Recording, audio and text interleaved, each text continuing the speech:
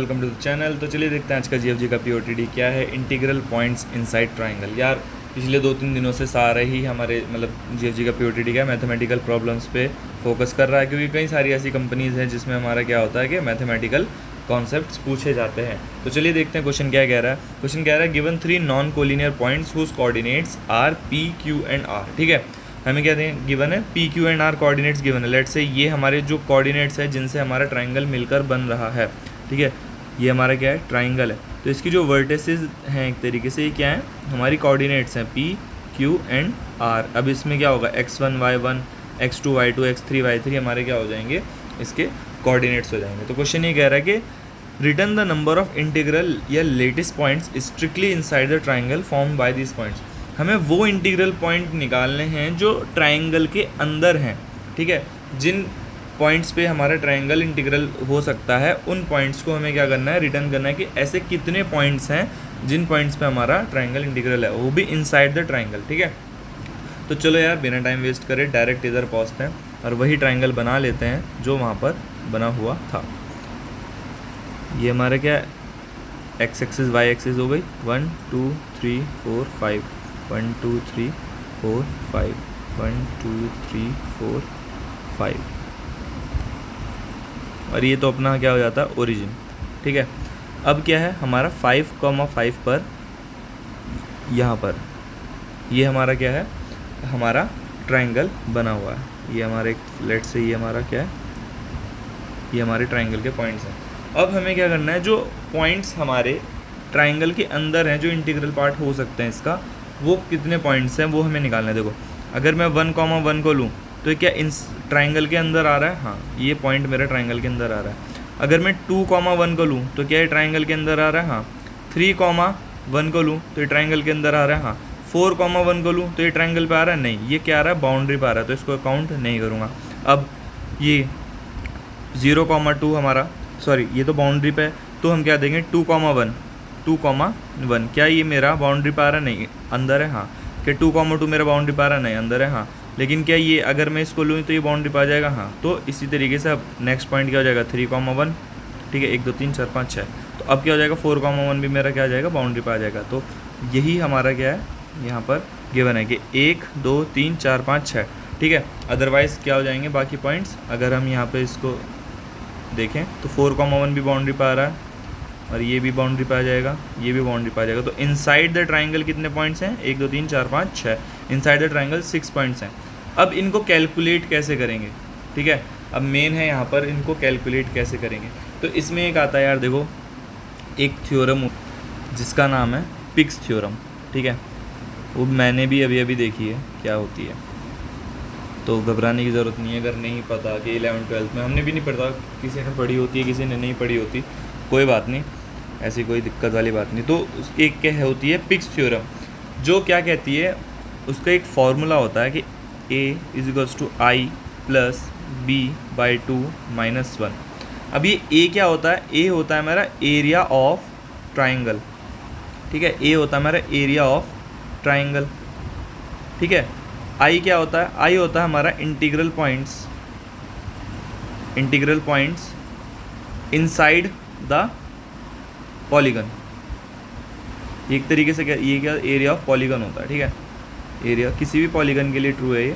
ठीक है, तो ये क्या है, एरिया ऑफ पॉलीगन, और I क्या है, integral points inside the polygon. B क्या होगा, ऑब्वियसली अगर इनसाइड के ही हैं तो ये क्या हो जाएगा, इंटीग्रल पॉइंट्स ऑफ बाउंड्री। ठीक है, इंटीग्रल पॉइंट्स ऑफ बाउंड्री, और 1 क्या है, 1 तो 1 है, इसका क्या ही है। ठीक है, ये हमारा फॉर्मूला है। अब देखो बाउंड्री के पॉइंट्स निकालने का हमारे पास एक तरीका है, और हमें निकालने क्या है, ये निकालना है। तो ऑब्वियसली इसको अगर निकालना है तो इसके फॉर्म में हम अपने फार्मूले को क्या कर देंगे, इंटरप्रेट कर देंगे। यहाँ से मेरा फार्मूला क्या बन जाएगा, I = a - b/2 + 1। ये क्या हो गया, मेरा फार्मूला हो गया। ठीक है, अब सिंपल सी चीज़ देखो, हमें क्या चाहिए, a चाहिए, b चाहिए। ठीक है, a चाहिए और b चाहिए। a क्या होता है, एरिया ऑफ ट्राइंगल। यहाँ पर हमारा पॉलीगन क्या है, ट्राइंगल है। तो एरिया ऑफ ट्राइंगल अगर हमें कोऑर्डिनेट्स गिवन है तो हमें पता होता है एरिया ऑफ ट्राइंगल क्या है, 1/2। ठीक है, 1/2 इंटू एब्सोल्यूट, यानी कि मॉड वैल्यू लेते हैं किसकी, अब ये कोऑर्डिनेट से जब हम एरिया निकालते हैं, ठीक है, कोऑर्डिनेट्स से जब हम एरिया निकालते हैं, हमने 11th में, आई थिंक 11th में है ये फार्मूला, क्या होता है कि x1 कोऑर्डिनेट है तो x1 multiply by y2 minus y3, ठीक है, फिर प्लस कर दो x2 multiply by y3 minus y1, ठीक है, फिर क्या कर दो x3 multiply by y1 minus y2। ये हमारा क्या है, ट्राइंगल का एरिया का फॉर्मूला। ये क्या आ गया हमारा, ट्राइंगल का एरिया का फॉर्मूला। देखो स्टेप बाय स्टेप चल रहे हैं। एरिया का फॉर्मूला यही होता है, 11th क्लास में तुमने पढ़ा होगा, ठीक है, 11th क्लास में पढ़ा होगा, जिसने बायो ली हो, उसके बाद BCA MCA जो भी कर रहे हो उनके लिए अगर नहीं पता तो ये हमारे क्या होता है, थोड़ा सा मैथमेटिकल फार्मूला होता है एरिया निकालने का, ठीक है। अब नॉर्मल अगर हमारा राइट एंगल ट्राइंगल है तो इसका एरिया क्या होता है, 1/2 इंटू बेस इंटू हाइट, और ऐसे भी निकाल सकते हैं, ऐसे भी निकाल सकते हैं। तो यहाँ पर हमारा क्या है, ये normal right angle triangle given है, तो हम इसका अगर एरिया निकालें तो 1/2, बेस कितना है 5 यूनिट्स, हाइट कितनी है 5 यूनिट्स, इसका एरिया क्या जाएगा 25/2 यानी कि 12, ठीक है, 25/2 ले लेंगे। चलो अभी ये हमने क्या कर दिया, पहले एरिया निकाल दिया, अब हमें निकालना है बाउंड्री पॉइंट्स, ठीक है, बाउंड्री पॉइंट्स निकालने। अब देखो यार, अगर मुझे बाउंड्री पॉइंट्स निकालने हैं तो 0 1 2 3 4, देखो यहाँ पर 1 2 3 4 जो भी। अब देखो अगर मेरा ये ट्राइंगल जो है, अगर इसकी ये जो एज है ये पैरेलल टू एक्स एक्सिस है, तो जो डिफरेंस है, जो पॉइंट्स के बीच में डिफरेंस है, वो इसके इंटीग्रल पॉइंट्स होंगे, ठीक है। जो ये x2 और x1 के बीच में जो डिफरेंस है वही इसके इंटीग्रल पॉइंट्स होंगे। अब ये देखो क्या एक्स एक्सिस के पैरेलल है तो इसके इंटीग्रल पॉइंट्स कितने, बाउंड्री वाले 1 2 3 4 5, टोटल कितने पॉइंट्स हैं 5।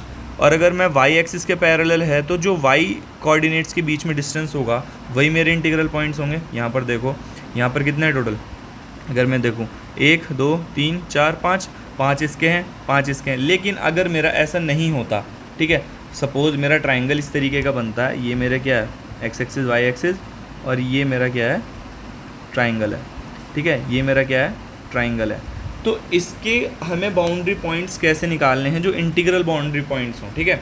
इसके बाउंड्री पॉइंट्स कैसे निकलेंगे, देखो ये हो गया x1 y1, ये हो गया x2 y2, ये हो गया x3 y3, ठीक है। तो इसका एक तरीका होता है जो पिक्स थ्योरम में कहता है कि बाउंड्री पॉइंट्स जो हम निकालेंगे वो कैसे निकालेंगे, GCD ऑफ, अगर मुझे इस वाली एज के बाउंड्री पॉइंट्स निकालने हैं, अगर मुझे इस वाली एज के बाउंड्री पॉइंट्स निकालने हैं तो GCD ऑफ एब्सोल्यूट, मतलब क्या हो जाएगा, हमारा डिफरेंस जो होता है नेगेटिव भी हो सकता है तो हम उसको क्या करेंगे पॉजिटिव करेंगे, तो x2 माइनस x1, ठीक है।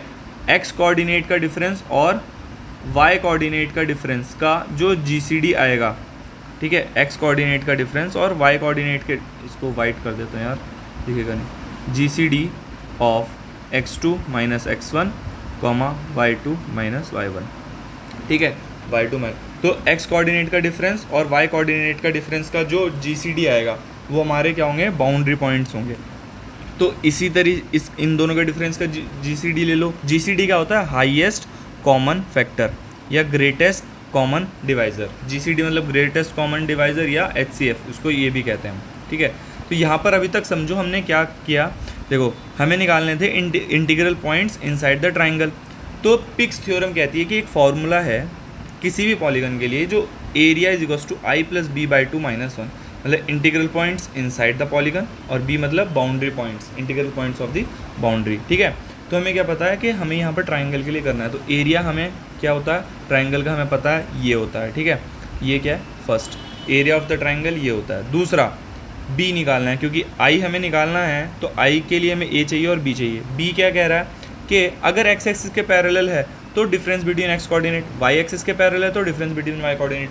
तो मैं ये कह रहा हूँ कि छोड़ दो, इस चीज़ को भी भूल जाओ कि क्या है, क्योंकि मेरा ट्राइंगल ज़रूरी नहीं कि ऐसा ही बने, इस तरीके का भी बन सकता है। तो मैं हर को उसमें इसी तरीके का लेके चलता हूँ, ठीक है, और यहाँ पर इसको सॉल्व करता हूँ, क्योंकि फिर यहाँ पर इफ़ एंड एल्स वाली कंडीशन क्यों लगानी जब हम एक ही चीज़ से उसको डिराइव कर सकते हैं, ठीक है। तो इसमें कितनी साइड है, 3 साइड है।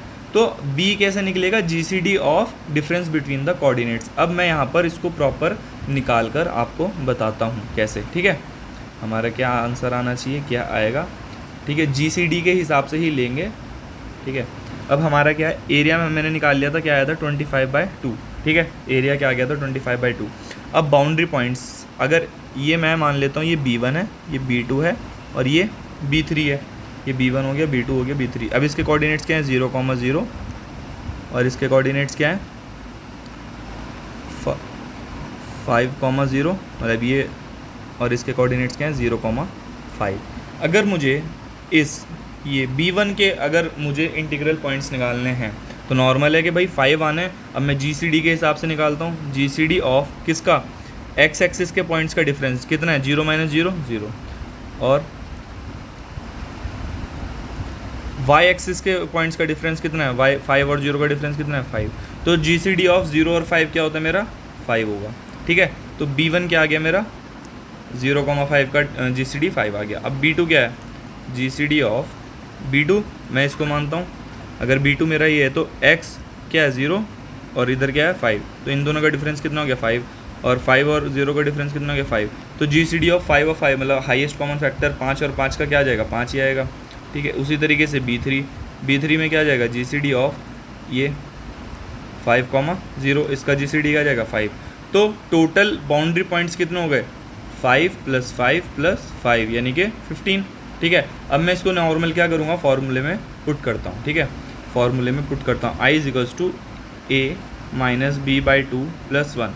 ठीक है, A कितना आया था 25/2, B कितना आया 15/2 + 1।